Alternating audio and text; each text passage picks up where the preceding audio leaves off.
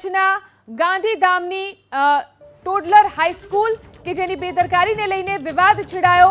સ્કૂલમાં નાના બાળકોને ગાય વિશે અભ્યાસ કરાવાતો હતો, ત્યારે ભણાવવામાં આવ્યું કે ગાયનું માંસ ખાઈ શકાય છે। આ સમગ્ર વાત સામે આવતા જ ગૌરક્ષક સમિતિના સભ્યો તાત્કાલિક શાળા પર પહોંચ્યા, જ્યાં શાળા સંચાલકોએ માફી માંગી। શાળા સંચાલકોએ દાવો કર્યો કે પ્રિન્ટિંગ મિસ્ટેકના કારણે આ પ્રકારની ભૂલ થઈ છે। બીજી વખત ભૂલ ન થાય તેનું ધ્યાન રાખીશું। ગોયકા સ્કૂલ વિશે અત્યારનો વિષય શું ચાલે છે અત્યારે?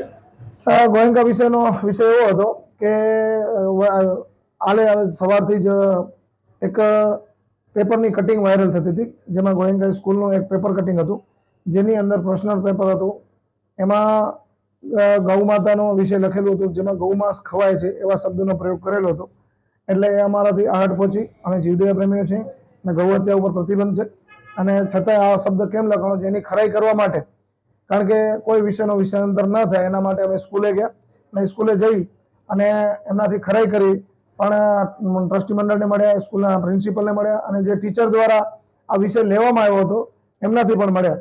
પણ વિષયની સાથે એમના સાથે મેં એમને એ જ કીધું કે ભાઈ જે આ શબ્દનો પ્રયોગ કરવો એ યોગ્ય નથી।